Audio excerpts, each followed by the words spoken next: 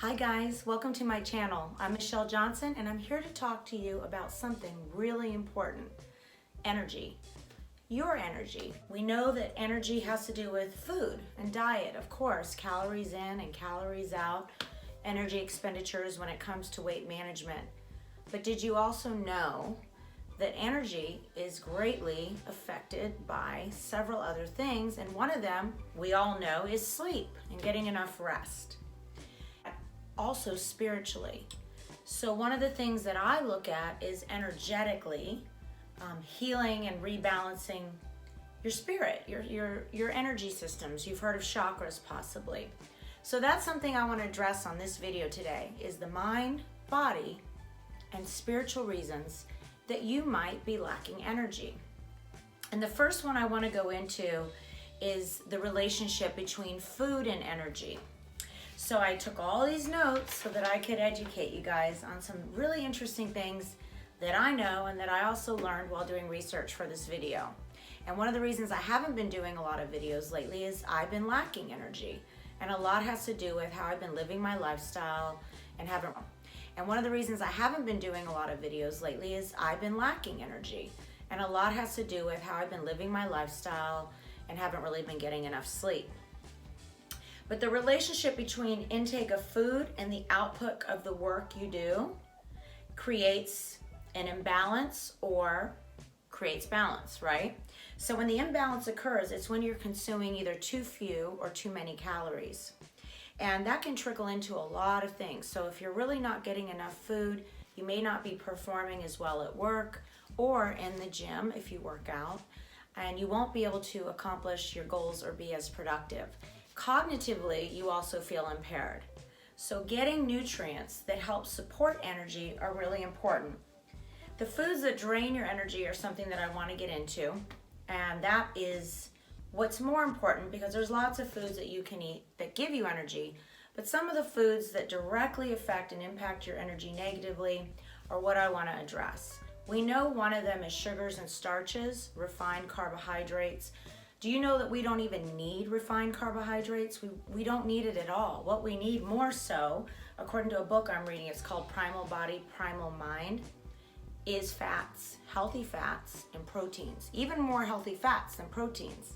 So those can give you energy versus carbs. So before I work out, what do you think I eat? I eat protein so that I build muscle, and I use fats, healthy fats for energy.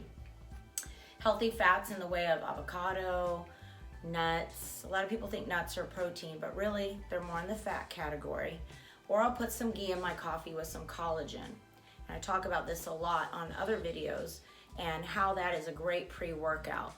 Post-workout, my sugar levels drop, so I want to build them back up. I'm going to add in something with fruit. That way I sustain my metabolism and my energy.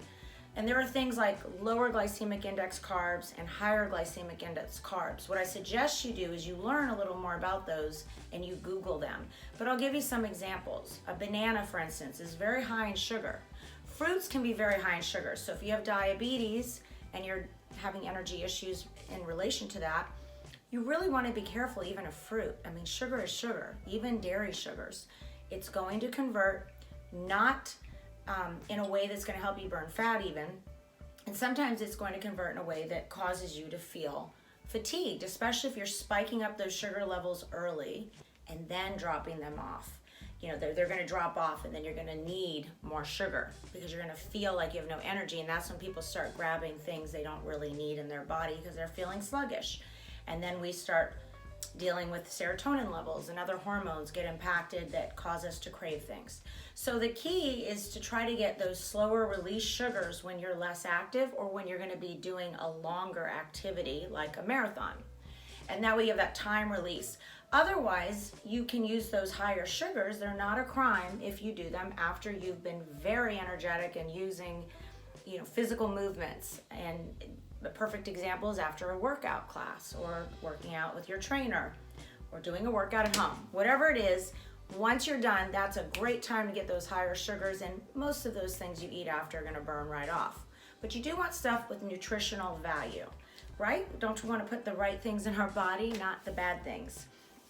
Even yogurts can be very high in sugar, especially the kind with fruits. So be mindful of dairy. Dairy does have a lot of sugar. So getting those sugars, again, when you're more active and not before you work out if you're trying to burn fat. You want to get as minimal sugars. That's why keto became so popular, because it helps release the fat burning effect.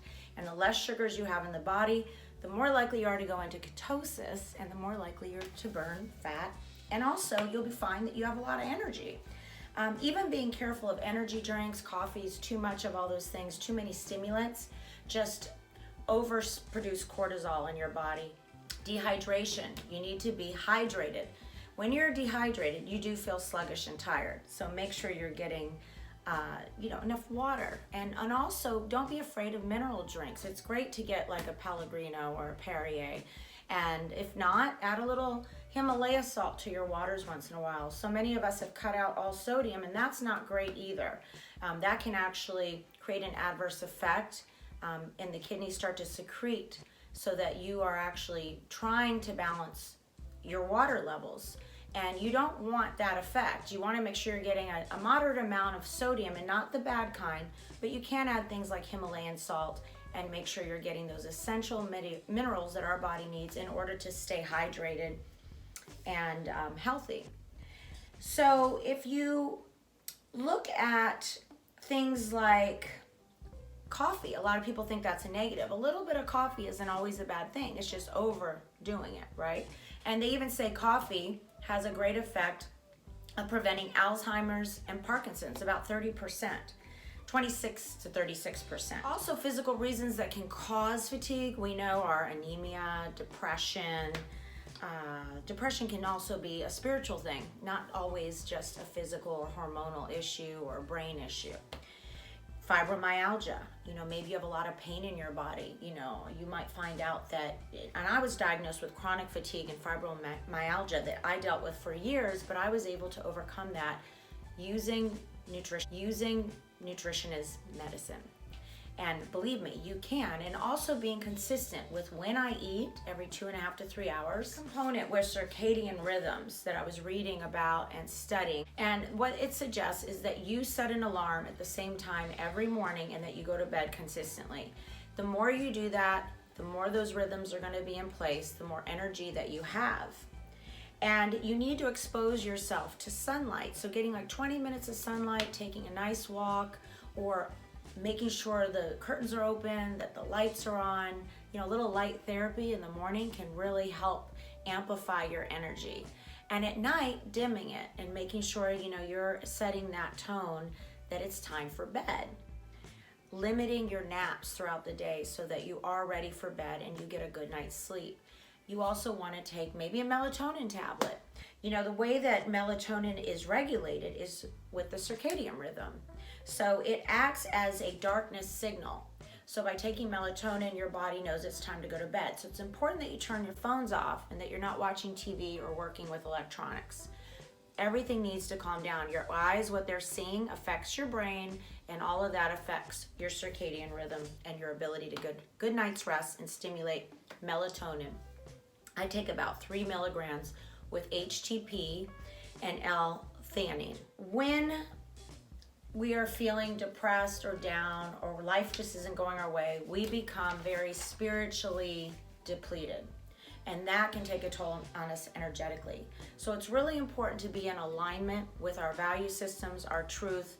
When we're around toxic people or around negativity, it can zap your energy.